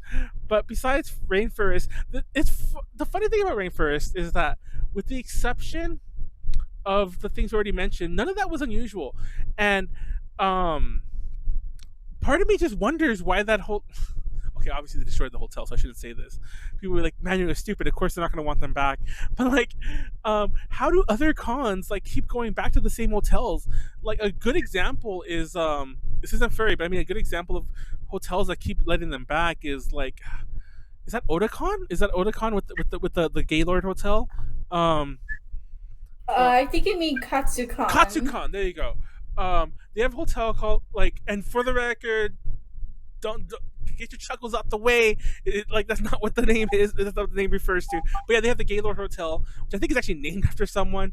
And I don't know if you know this, but when I was working at a bookstore, the big boxes you put on top of a pallet, literally the giant box, the giant pallet-sized boxes, those are called the Gaylord, and I never knew that until I worked at a bookstore. But that's just neither here nor there. But I just remember I remember me and my coworker friend were 18 or 17 or whatever at this bookstore, and my boss was like, "Hey, can you bring all those Gaylords to the front?" And we're like, "What the fuck? Is that a joke?" And we were so confused. But anyway, that's an off-color joke, but I don't know why I brought that up. But anyways, that hotel gets destroyed every time. People have graffitied the place. They've literally shat on the floor. They've done worse. No, they've done worse than they've done worse than Rainfurrest. And yeah, I mentioned last year, everyone heard for those that don't know Shelby, she's actually been on the podcast. I was going to mention that I was on her podcast. She used to have a podcast a couple years back called Anime Weekly, and I was on that one talking idols. But she was also on Ultra Podcast Z talking. Fuck, I don't know what the fuck she was talking about. I forgot what the topic was that week. But she was on here, and Shelby. It was her room last year. It probably happened more than one room. But it was in front of her room. Somebody knocked on the door, and when they opened it, somebody had just shit on the floor in front of her room. In a hotel, in the. And it's funny because I'm like, why do hotels I don't know similar to the whole and I think the Internet Historian video mentions it the best. Apparently, as far as Rainfurrest is concerned, they had insurance, the event. So I guess the hotel was fine. They all got paid. Everyone got paid. But I guess the con is just the furries have such a bad reputation. It's you're not welcome back, which is unfortunate. They tried doing it the next year, and then of course hotels talk. And they basically got barred from the whole state of Washington. My favorite part, Oregon or whatever. My favorite part about the Rainfurrest story is that apparently they have that interview somewhere on the internet. There's the guy who was in charge of Rainfurrest talking about why they got shut down. He was at a different convention, different fur convention, I think, funny enough. And he was talking about the person that kept reporting them. Apparently the person that kept reporting them was one of the main perpetrators who was putting the diapers on all the cars. So it's almost like he sabotaged the con for reasons I'll never know, that they don't really explain. It's yeah, I'm gonna shit on all these cars, literally, and then I'm gonna report it. That how dare they, even though I was the one doing most of it. I don't know, Kayla. You still want to go to a fur con though, right? There are, of course, there's the art side of it, there's the fandom side of it, there's the everything side of it. I like the art, and it's not all bad. I mean, a lot of furries nowadays are kids, so it's not all about. That's actually a fun point that we didn't even touch upon. I guess it's all fandoms. Obviously, you see it a lot in the anime fandom too. It's oh, look, all these kids. It's remember when I was a kid. But yeah, some of the, I don't know, exposing the youth to dangerous things. I say that as a joke, but actually a serious thing. I mentioned the Ren story earlier, baby Ren, getting hit on by somebody who, I don't think she mentioned that, but I think the implication was that he was clearly far older than her. At that furry fandom, or the furry con. It wasn't a furry con. I think it was actually just an anime con. I don't remember the whole story. I should ask her before I repeat that story. But anyway, she's not here to defend her. She's not here to correct me. To defend herself. Oops. She's not here to correct me, I meant to say, so I'll just assume it was an anime convention. But anyway, I'd still go, and I would still. I'm still definitely gonna go. It's just the question of when. Yeah. Maybe we'll go to probably Texas next year for me. Oh yeah, it'll be next year for everyone, I'm sure, because I don't think anything's happening in California in 2020. I think Texas is having some cons anyway, but that's kind of no. Well, San Japan just announced their cancellation today. Oh, so. They did. No. Yeah, they just announced it a couple hours ago, so that's a thing. But there's one con in Dallas, not the con that we hate, but another con, Delta H Con. They're going through with their plans because they're already a very relatively small con. It doesn't get that packed at this specific con. I don't know if that will change with like people just wanting to go out and everything, but they do have a pretty solid system going into place. Like they require everyone to wear masks because either way, Texas is requiring everyone by law to wear them. Oh, that's So, shocking. It's Texas. and then they're gonna like force everyone social distance, and there's people that are like being either Karens or you know. So yeah, there's at least one con I know that is going forward. There may be another one, but I don't know if they're still gonna go through it with since the biggest con in Texas already announced that a couple hours ago that they were gonna be like, nope. Well, I don't know. There's all the conventions in Arizona that are that like literally said like about 2 months ago that they kind of want to cancel but they can't, and they pretty much laid it on the table. But it's like, dude, you guys postponed. This is your own fault for not canceling the first time. And like it's kind of shady because they're all like, yeah, we're not giving refunds. They already announced it early. Fun fact, I will say this, and I'm only saying this because I don't want to play favorites here. Anime Matsuri apparently is giving refunds. Like, and they're doing it until like the beginning of July. So even though they're the shittiest con out there, period, they're giving refunds, and that's insane. Oh, it's also to me. fair to say that Stage Japan's also giving refunds Because I mentioned that Fanime didn't give refunds. I bragged on them like crazy, and all these Arizona cons also aren't giving refunds, which is why I'm mentioning that. Even though it's their own fault for postponing it, now they're like, we can't afford to give you refunds. I'm like, dude, you guys should have just canceled it, and like you wouldn't be, because they're like, we can't, like we're still trying to bring the convention, but like we don't know if we don't really want to, but we kind of still have to. Anyway, that was an aside. If you bought tickets to like Fanime, are they crediting it till next year? Yeah, they're crediting it till your money. No, they're crediting it till next year, to be fair. But like, a good example is Rachel, a mutual friend of ours. She apparently is already not. She'd already decided like long before. It's like she decided like now that it's happening. She had decided before, like earlier on in the year, that she wasn't gonna go next year, which is why we were doing all these special, like we're gonna do a bunch of panels, like we were like kind of like we're doing it this year because we can't do it next year. And then now she's like, I'm not gonna go next year, and I can't do anything about it. And there's other friends like that as well who are like, what if I don't know, but yeah, they do transfer it, but it's like, who knows if there'll be for some of the smaller cons, like all those Arizona cons I mentioned, Fanime will happen, but all the smaller cons, like they're probably not, like some of these probably won't return again, and you just lost your money. Yeah.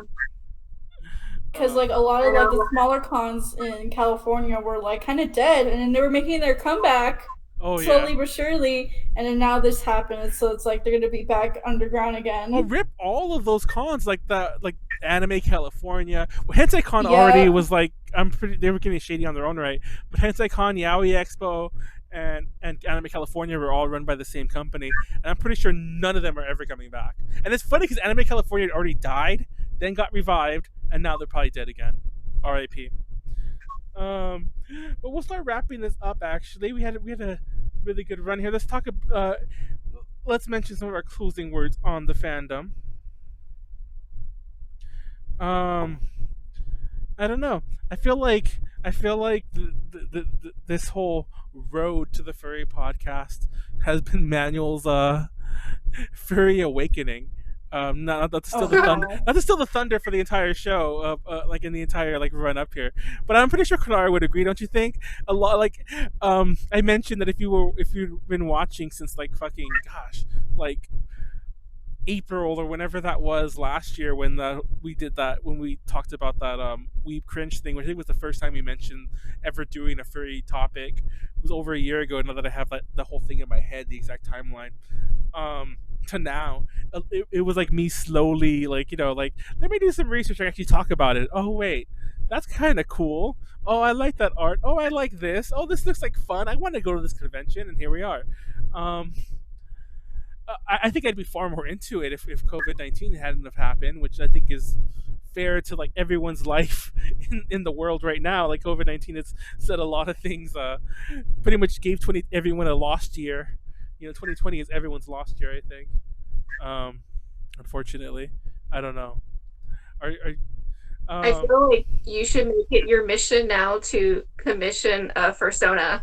I know that's actually what I mentioned it earlier about the horse thing, but that was actually a real thought I was kind of having, and part of me was actually like I wanted to do it for this podcast. I mean, I was gonna be like, here's my persona, but like I've legit been sitting on these thoughts for a while about like, I don't want to just. And it's actually funny because that's almost indicative of like my level of commitment. Like at first it was like I'll just think of one and like get a commission, but then as it really came down to it, I'm like this needs more thought. This I can't just throw this together. I need to give this some thought and think about it.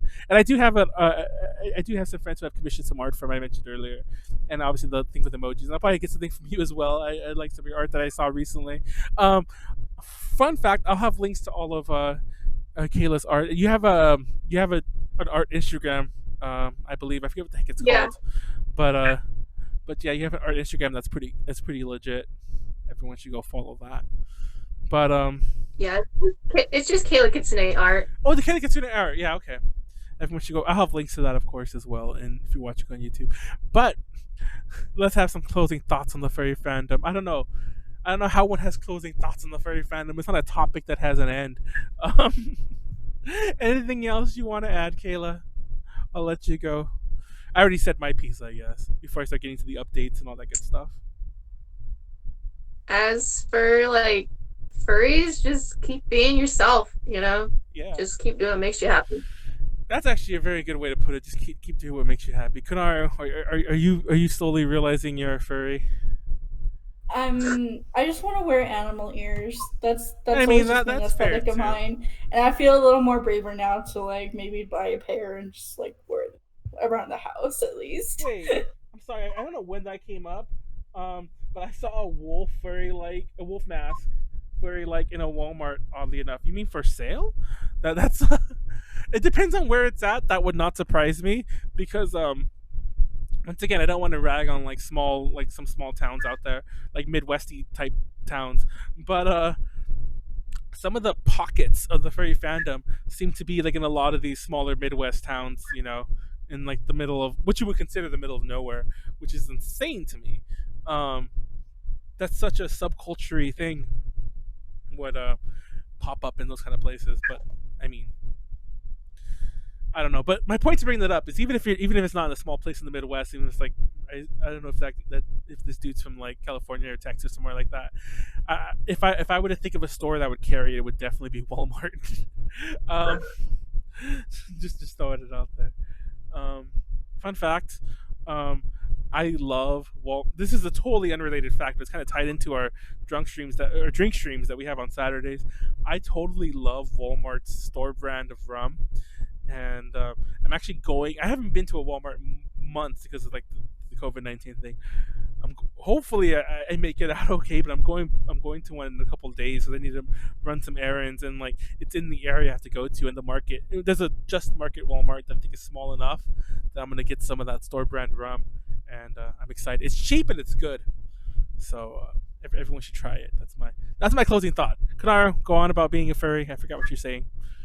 I was just saying, I just want to wear furry or not. Oh, I ears. just want to wear cute little ears. That's it.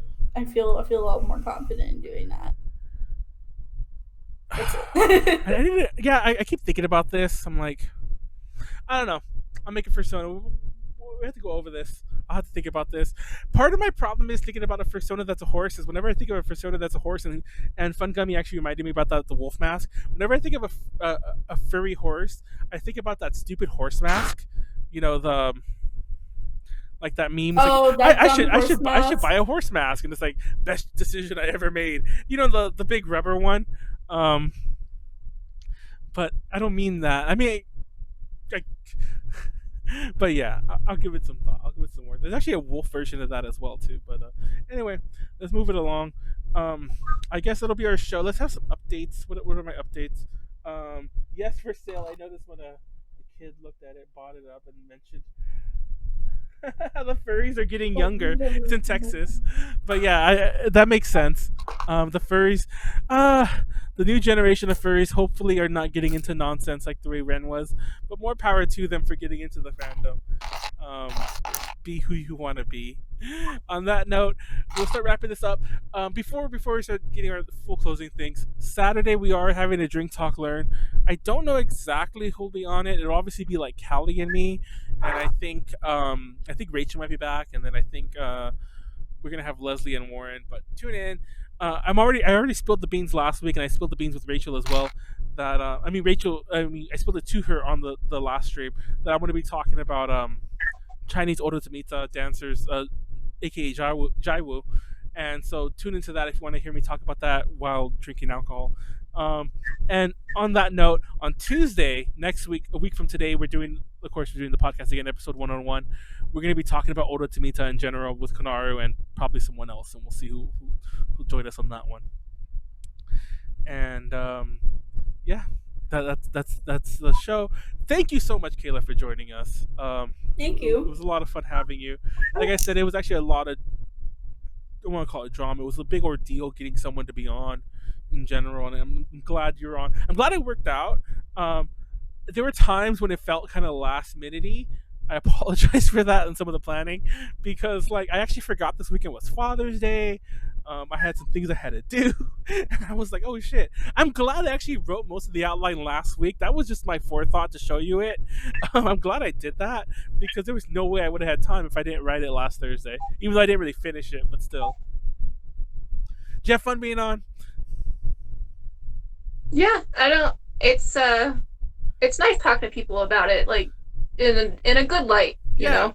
Oh yeah, that's the other thing. Like, so many people, I actually forgot to mention this earlier, so many people that I was talking about it with, and mind you, if I had done it last April, I'm sure it would have been in that way. But so many people I was talking to about being on seemed to be under the impression that we're gonna just like make fun of it, make fun of them, like live, like bring them on and be all like, so why are you a degenerate, you know, kind of thing, you know.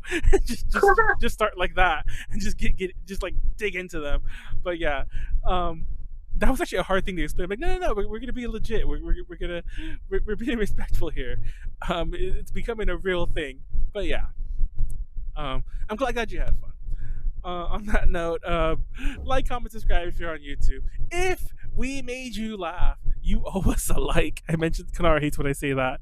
And if Disgusting. if you're a furry, give us a like. If you're not a furry, give us a dislike. I'm kidding. Do whatever the fuck you want. If you want to support us on patreon.com/strategic connections, you get some early stuff. You get some fun stuff. Might get some checkies and so on. Shout out to Ed and Kenneth, the current patrons. If you can't support us at any of these things, the biggest way to do it is to interact with the video. Honestly, comment, and honestly, if for no other show, please comment on this one. I would love to talk to other, like, you know, people in the furry fandom in general. And also, if you could share it. I did mention I want to cut this up into smaller pieces, and I probably will do that at some point by the end of the week, and we'll see what happens to more digestible chunks. Just to throw it out there. I keep saying that, but I actually did that for some of our Drink Talk Learns, and I like the way the videos feel. So I should do that more with the podcast. And I said I'd do that starting with episode 100. I said that, so I hope to keep by it. On that note, oh yeah, but like I was saying, so share videos, interact with it. Thank you everyone in the chat for being in the chat. Thank you everyone watching wherever you're watching. On that note, good night, and stay safe, stay healthy, all that good stuff. Peace out.